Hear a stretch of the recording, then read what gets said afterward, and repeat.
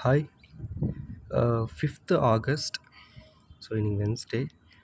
So August மந்தோடைய first எக்ஸ்பைரிக்கு அடுத்த நாள். So இன்னியோட ட்ரேடை வந்து நான் குரூப்பில் வந்து மார்னிங் இன்ஷியேட் ஷேர் பண்ணியிருப்பேன். ஸோ அந்த ட்ரேடை பற்றின ஒரு வீடியோ இன்றைக்கி நான் வந்து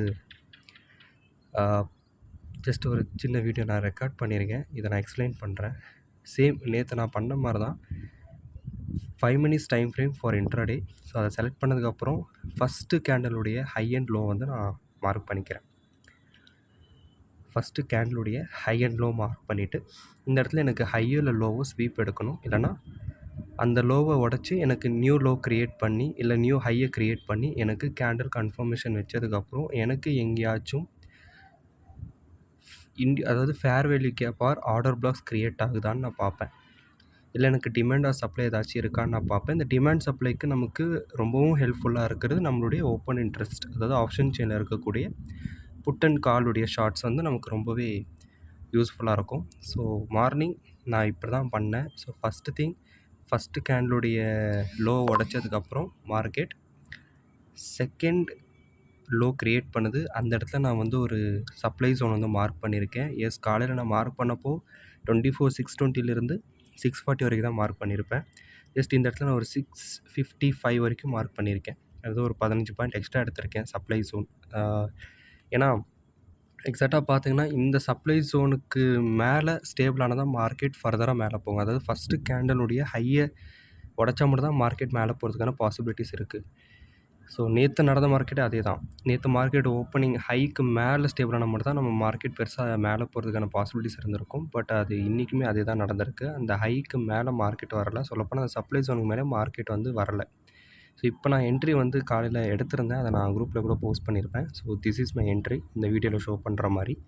ஸோ இப்போ நான் அதை ப்ளே பண்ண விட்டுறேன். என்னுடைய ரிஸ்க் ரிவார்ட் ரேஷியோ பார்த்திங்கன்னா 1:2.5. பிகாஸ் போத் சைடுமே ஃபைட் ஈக்குவலாக இருக்குன்றதுனால என்னால் பெரிய ரிவார்டுக்காக வெயிட் பண்ணிகிட்டு இருக்க முடியாது. சேஃப் எக்ஸிட் எனக்கு ரொம்ப வேணும். சொல்லப்போனால் நான் 1:1.5ல் எக்ஸிட் ஆகிட்டேன். அதுதான் உண்மை. இப்போ நான் ட்ரேடை ரன் பண்ணுறேன். ஜஸ்ட் அதை வாட்ச் பண்ணுவோம். என்ட்ரி ட்ரிகர் ஆகுது. சப்போஸ் இந்த வீடியோ உங்களுக்கு கிளாரிட்டியாக இல்லை அப்படின்னா நான் அடுத்தடுத்த வீடியோஸில் கிளாரிட்டியாக நான் அதை போஸ்ட் பண்ண ட்ரை பண்ணுறேன். இந்த இடத்துல உங்களுக்கு அது கிளாரிட்டியாக இல்லை, ஏன்னா வேல்யூஸ் எல்லாம் உங்களுக்கு கண்ணுக்கு தெரியுமா இல்லையான்னு தெரில. ஏன்னா இதை நான் பிசியில் ஸ்க்ரீன் ரெக்கார்ட் பண்ணியிருக்கேன். அதனால் உங்களுக்கு அது பர்ஃபெக்டாக தெரியுதா இல்லையான்னு எனக்கு தெரியல. அண்ட் வாய்ஸ் கிளியரன்ஸ் இல்லை அப்படின்னாலும் ஐம் சாரி. நெக்ஸ்ட் டைம் நான் அதை மாற்றிக்கிறேன். இந்த இடத்துல தான் நான் ட்ரேடை ப்ராஃபிட் புக் பண்ணேன் மார்னிங். பட் நான் வெயிட் பண்ணியிருக்கலாம். பட் நான் மார்னிங் தான் அதான் சொல்லிக்கிட்டு இருந்தேன். இன்றைக்கி ஆர்பிஐ மீட் கூட இருந்துச்சு. பட் அது நமக்கு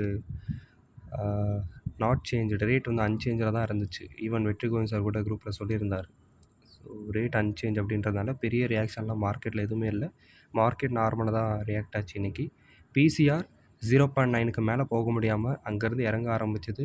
கூட சேர்ந்து மார்க்கெட்டும் இறங்கிச்சு. புட் ஷாட் வந்து எங்கேயுமே கம்மி பண்ணலை. ஜஸ்ட் புட் ஷாட்டுக்கு நிகராக கால் ஷாட்டை பில்ட் பண்ணதுனால மட்டும்தான் மார்க்கெட் இறங்கிச்சு. அதனால தான் 1:2.5 அந்த சின்ன ஸ்மால் ரிஸ்க் ரிவார்ட் ரேஷியோவில் ட்ரேடை எக்ஸிட் ஆனது. ஸோ எக்ஸாக்டாக நீங்கள் பார்க்கலாம். இப்போது மார்க்கெட்டு டைரெக்டாக என்னுடைய இந்த டார்கெட் பாயிண்ட்டை நோக்கி இறங்கிட்டு இருக்கு. எக்ஸாக்டாக அந்த சப்ளை ஜோனுக்கு மேலே மார்க்கெட் போகலை. அந்த ஜோனை நான் மார்க் பண்ணியிருக்கேன் இல்லையா, அதை டேப் பண்ணிட்டு மார்க்கெட் இறங்கியிருக்கு. ஸோ அங்கேருந்து மார்க்கெட் பர்ஃபெக்டாக இறங்கிட்டுருக்கு. and almost we are there to hit my target.